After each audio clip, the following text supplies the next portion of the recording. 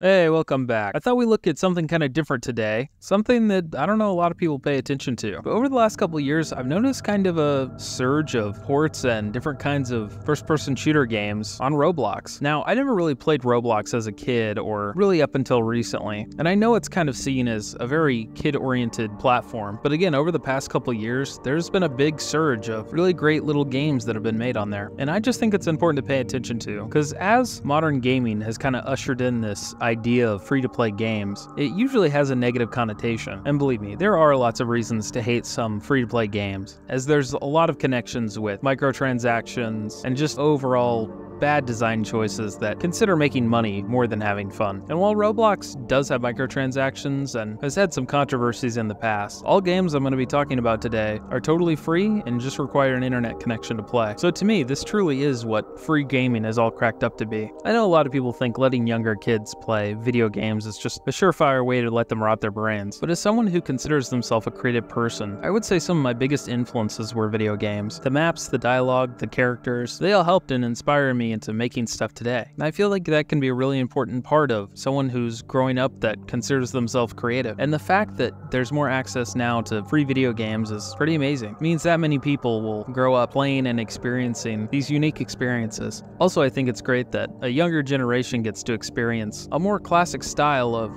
game design and kind of introduces older genres. And taking it more from my perspective, I think it's really cool seeing what some independent developers can make just by being given an engine and seeing what they can do. From my memory, Roblox has never really been a great platform for shooter games. Usually it's more for like RPG style games or just general kind of like fun, silly little mini games. But there's been a lot of work put into this, so I think these people should be proud of what they made, and it was very thoroughly enjoyable to go through them and just see what kind of content's out there. These kind of ports of games or remaking something in a different engine has always kind of had a bad reputation in my mind. Usually there's a lot of compromises and it really just doesn't feel like they fully committed to what they were trying to do. But I have to say, I'm really impressed with these games and I hope you are too. So let's get into the games. Our first game is Typical Colors 2. This is obviously just a remake of Team Fortress 2, which I guess is technically already free, but I don't know, given your hardware limitations and maybe just your general access to games, this might be the easiest way to play a classic hero shooter on PC. Pretty much all the classes are here, and they've kind of all been recast, I guess. Like the spy is now a woman, and the demo man is just kind of a guy with a red beard, which I was kind of sad to see. But every class in here and every weapon along with it. And the weapons feel pretty good. They do have that kind of Unity asset flip feeling to them, because I think they're just a lot of generic weapon models that have kind of just been imported into Roblox. That is kind of something that this game is missing, is just the great art style that Team Fortress 2 has. But I mean, I can't really blame them, as they had to do all the work of porting in gameplay features and weapons and classes and just everything. So I kind of let that slide. I do like how low poly some of the special weapons are, like the demo man's weapons. I don't know, it brings me back to a kind of gold source era of games and makes me wonder if Team Fortress Classic had that kind of unique art style that TF2 does, what it would kind of look like. The maps are also great too. They just feel and play just like source maps. I was actually really impressed because the last time I tried to build stuff in Roblox, I just felt like it was really clunky and it felt a lot more like building a Lego set than I really first thought. At some points of the game, I got shot out of the map and could kind of see the out of bounds. And yeah, it's just a bunch of bricks stacked on top of each other, which is really impressive that they had to design the whole levels like this. That's another great thing about Roblox, is I'm pretty sure the entry level into designing things is pretty low. You never have to figure out like 3D modeling or some esoteric program like Hammer. You can kind of just start building blocks, and I think that should be basic enough for anyone. There's always been this debate in my mind about which is better in level design. Either having kind of a brush-based system like the source games, where you kind of map out the blocks and place them, or something more like Halo, where each map is its own 3D model that's just converted into a map. Each has its advantage and disadvantages, and I guess I would say the 3D model is definitely the harder option, but I've just known a lot of games to kind of take both approaches to them, and always kind of wondered what was the best. I mean, I definitely think the best for a game like Roblox is just whatever the easiest is, and I think it kind of accomplishes that. I don't know, this game does feel very handmade, if that makes any sense. I wouldn't necessarily say it has the polish of something like TF2, but it's just very down to earth, and you can kind of see the charm and personality in it. I was playing kind of earlier in the day, so there weren't a lot of people online, but it gave me this strong feeling that I haven't felt in a very long time. It reminds me of going on the Xbox Xbox 360 arcade games. You know, the ones that would only cost like $1 and were weird asset flips that always had Xbox 360 avatars as the characters. Because I would always get on there, and there would only be like 4 people playing the game. It would be such a fun casual experience. Having a smaller group of people to play with just feels a lot more connected, it's a lot less sweaty, and it kind of brings me back to a better time where things were a lot more simple. All the game modes and classes and everything are there, and it's a genuinely fun experience for something that's free. I know it's gotten some attention in the past, but I'm hoping some of the other things that I'm about to cover will get even more attention, as I feel like they're pretty similar quality. Anyway, on to the next game. This is Reaver Arena. I remember seeing the trailer for this game and thinking it looked really cool. I didn't know how promising it would be, as I trust Roblox ads as much as mobile game ads, but checking it out recently, it's pretty much lived up to my expectations. It's a take on like an arena shooter like Quake or Unreal Tournament, where you're kind of just spawned into a little arena and there's weapons scattered throughout the map that you can grab. It's a classic formula, but they've kind of made a new take on it. It's a bit of a mixture of Doom's weapons and Quake weapons. Well, I think it's trying to go for that Doom 2016 kind of art style, and it feels really good to play. The movement is really fast and quick, there's not a lot of lag when aiming or anything, and there's a lot of weapon variety as well. Like I said, there's a good mixture of kind of Doom and Quake weapons. It just makes me feel like the creator of this game is just a big id Software fan. Oh, and you can double jump, which increases your kind of mobility and makes the game a lot more fast-paced. Just with the few people that were on there while I was playing, there were some pretty intense shootouts. It really reminds me how much I miss the finding weapons around the map idea that used to be really popular in games. I'm just really not that big fan of loadouts. I guess if you're a hero shooter, then that's fine, because all the weapons have kind of been balanced out by class, but I think in the 2010s I just got really tired of running into people with the same weapon over and over again, and having weapons kind of scattered throughout the map really ensures you're going to have a different experience every time you run into someone. It also just feels well earned. If you get killed by someone with a really powerful weapon, then they definitely earned it because, I don't know, they found it and it's theirs, and the only way to stop them is to kill them and take it. So that feels fair to me. Unfortunately, I didn't really get to play on a variety of maps. The first map I spawned into was this weird gray blocky thing. It almost looked like a test map, but it played really well. It just didn't have that much going for it aesthetically. It did feel very familiar, almost like a Halo 2 multiplayer map, almost like Foundation or something. I don't know, kind of the beams just jutting out of the walls and stuff like that reminded me of that vibe. That's another thing that Roblox offers, is just this kind of time machine back when games had to have a lot less complicated level geometry, which I'm a big fan of, as I don't like my maps being really cluttered with detail so that I can't see the enemies that I'm trying to fight. I don't know, call me simplistic, but I just like levels that have a lot less visual clutter. The next map I got to play on was kind of a cool little icy map. It had a lot of different passageways and just places to go, and a lot of cool weapon spawns that I didn't get in the last map. There was this kind of weird outer section that kind of just led to a dead end. It was like these scaffolds over water, and they had a rocket launcher there, which was pretty nice, I guess. But I just feel like going over there would kind of be death, as you're kind of separated from everyone else. You could become an easy target. So that was kind of weird, but overall I enjoyed the map, and it had a good aesthetic. It really does feel like it's going for that kind of newer boomer shooter vibe that Doom has kind of taken on, which I appreciate. It's kind of an updated look for an old genre of game. I really enjoyed this game, and I think if you played more at a peak time, you'd have a lot more people to fight, and that would kind of increase the fun factor. Anyway, let's move on to our next game. Delta Ring is a port slash recreation of Halo and Roblox. Being a big fan of Halo, I was kind of holding this to a high standard, and considering that it's free and on Roblox, I would say it's a pretty big success. They've got the movement, the weapons, and just the whole game feel down. Encounters in this game pretty much go exactly how Halo's encounters go. You even have shields that you can kind of take down and then deliver the final blow with a headshot. Even the noob combo works. So yeah, finding out that this game actually played like Halo, I was really excited for it. It even has a whole menu where you can unlock skins and different armors for your character, which not having to pay Robux or some other kind of currency for it is a really nice thing. I'm really glad they did that. Like I said, the weapons feel great, and there's a lot of weapons from kind of the later Halo games, which aren't necessarily my favorite, but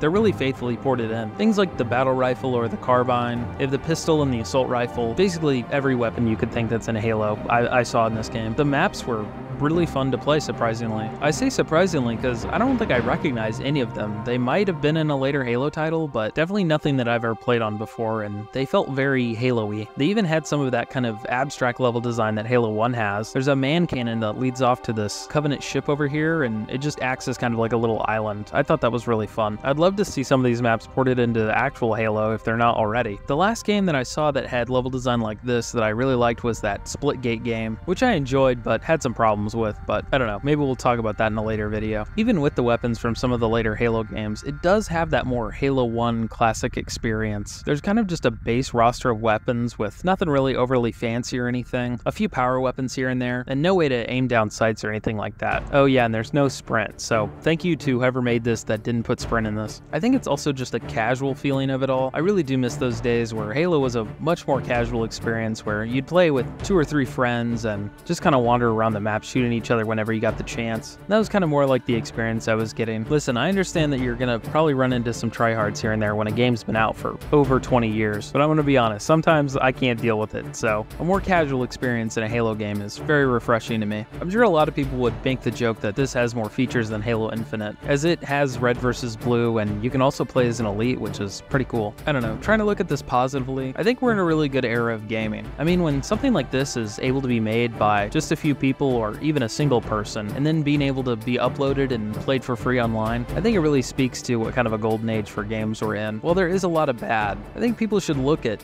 kind of the variety that we have nowadays, and just the free access and ability to get your hands on games. It was much harder in what people consider the golden age of gaming to even get a console or get anything that would be considered a full gaming experience. So yeah, with that positive note, I hope you enjoyed these games. I hope you like a little look at Roblox if you've never really seen it before, and I hope you enjoyed this video, so thanks for watching.